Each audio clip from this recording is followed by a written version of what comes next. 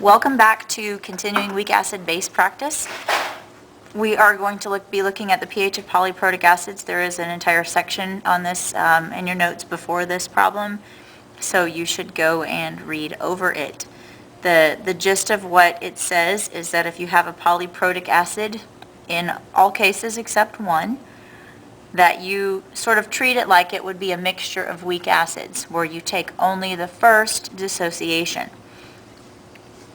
So if we want to set this problem up, calculate the pH of a 5 molar H3PO4 solution and the equilibrium concentrations of all of the species.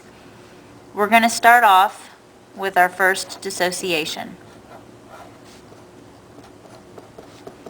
And again, we do have water present in this situation, just leaving it out of the equation. So if we have 5 molar here, we're going to kind of set it up with a rice table. We initially have no hydrogen or dihydrogen phosphate, so we do our minus X and our plus X, and then equilibrium is 5 minus. Okay, so we go ahead and we set this up with our Ka values.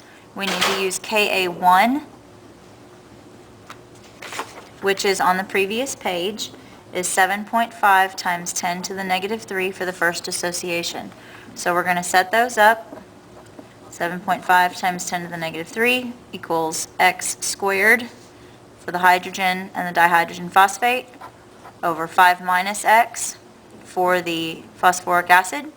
I'm going to go ahead and attempt to see if I can, move that, to see if we can negate the X. So 7.5 times 10 to the negative 3 times 5, and then square root that. X is 0.1936. I need to check my 5%, and 5 times 0.05 is 0.25 versus the X value of 0.19, so we can negate the X, which is always a good thing. Alright, so from this, the X tells me the hydrogen concentration and the dihydrogen phosphate concentration, and then 5 minus the value tells me the phosphoric acid concentration. Alright, so those are present at this point. Off to the side over here, I'm just going to start listing all the concentrations that I want. So for phosphoric acid, to the first dissociation, which is going to use up as much as it can, we have 4.8 molar. And then this one we're going to leave blank for a second, as well as this one, and even the phosphate. We can essentially go ahead and calculate the pH based on the first dissociation, because what happens is you do have several Equilibria systems here, but the first one produces so much hydrogen that it makes all the rest of them go back the other direction. So now we need to do the second equilibrium, H2PO4 minus. We'll do H plus, and then HPO4 negative 2. We'll start off with, this value comes down from the previous question, so 0.1936 molar for both the anion and the hydrogen. And then here, we don't know what this value is. We could call it 0 or we could not.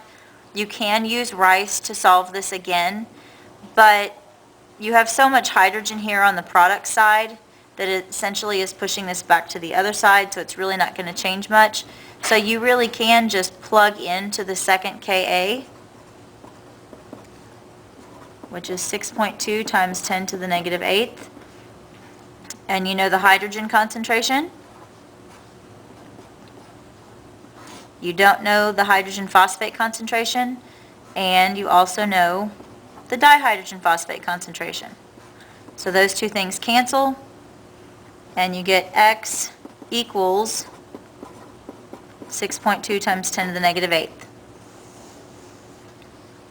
So that tells me this really doesn't change.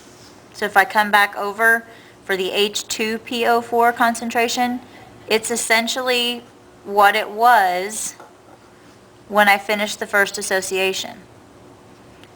The second dissociation for HPO4 minus 2, that value is equal to the Ka, or to the second Ka, I suppose I should say.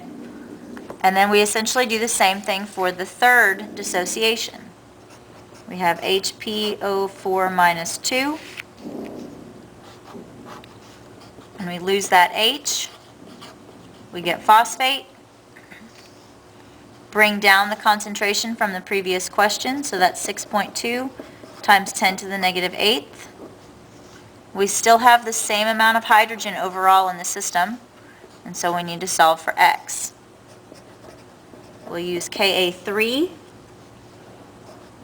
Again, I'm going back to the table on the previous page to find it. 4.8 times 10 to the negative 13 equals 0.1936 times X over 6.2 times 10 to the negative 8th. And then we just solve.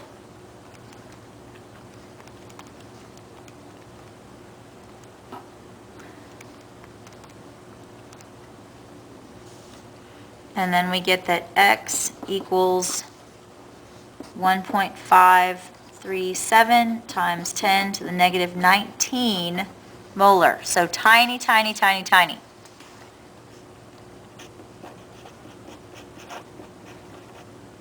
So as you can see, as you're progressing through these steps, the amount of the concentration of the ions further down becomes very, very small.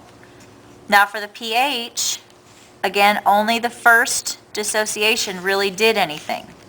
So for our pH, we're going to have negative log of the 0.1936. And that gives me a pH of 0.71. I know this one's kind of tricky, so to go back through it just quickly, the first dissociation, we're going to use rice. It counts. Use the first Ka.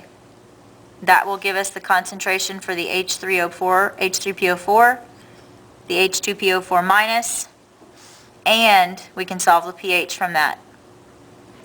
For the second dissociation, we use the equation, the concentrations from the previous, plug it in with Ka2, and solve for HPO4 minus 2.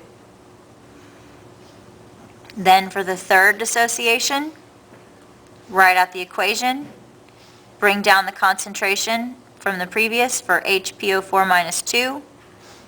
Hydrogen was already in there. Solve for the phosphate using Ka3. And that's where they all are. Good luck.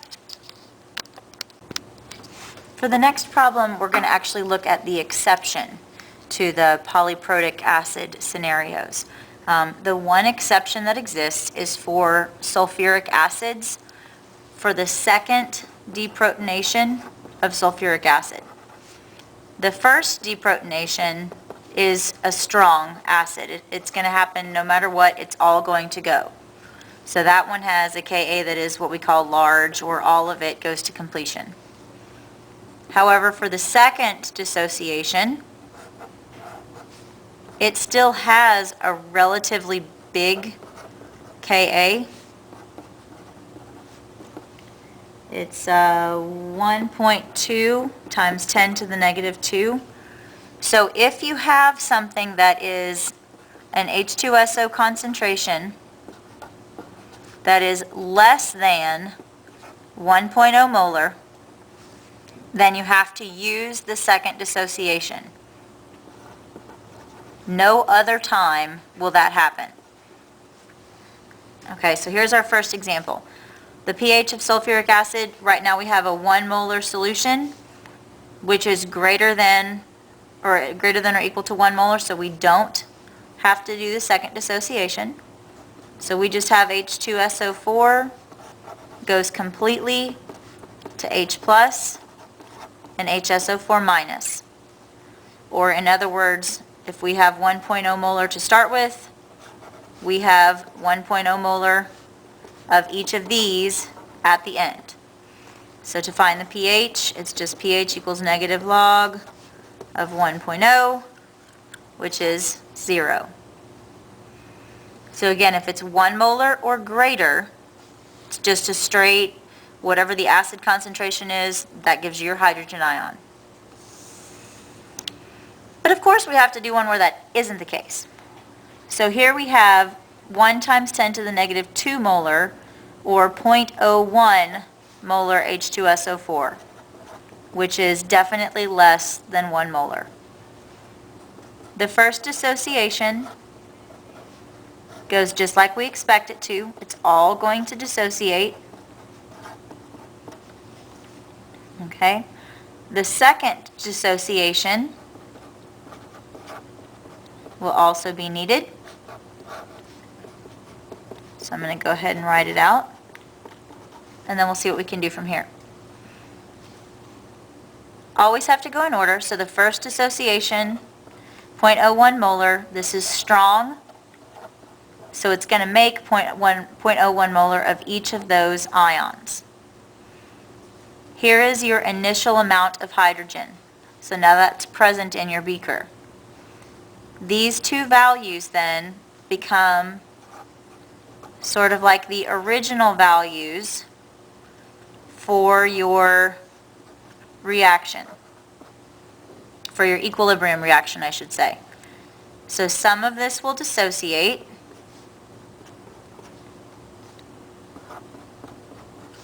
and this is the first time we're going to have seen a plus X, I think. You still can use your Ka expression to solve it. So Ka2, we looked at it a minute ago, was 1.2 times 10 to the negative 2 equals X times 0.01 plus X over 0.01 minus X. I'm just going to kind of cheat and tell you that you can't drop the X's here. The 5% rule would not work. You can solve it out and figure it out for yourself if you like to, but another hint would be that you have a relatively large Ka, 10 to the negative 2, and a pretty small concentration, 0.01 molar. So you do actually have to go through and solve the quadratic for this one. So you do that now. Okay, I'm going to come back here and solve my quadratic. So I worked everything out. I get 1.2 times 10 to the negative 4 minus 0.022x minus x squared equals 0. And then I use either the solver and the calculator, which you can come ask me about, or else I use the graphing. And the x values that I get are 0.0045 or negative 0.027. So I don't want the negative one, I want the positive one. So when I come back to my original set of conditions here, HSO4 minus concentration would be 0.01 minus 0.045. Hydrogen concentration would be 0.01 plus 0.0045. Okay, so then that gives me 0.0145 molar for my hydrogen concentration. I can take the negative log of that.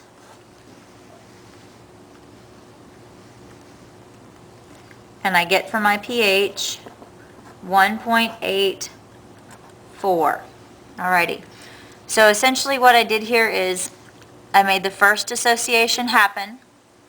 I have that hydrogen in the solution.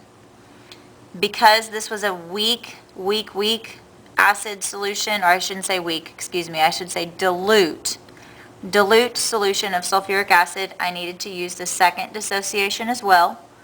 So the amount from the first dissociation plus the amount from the second dissociation gives me my pH.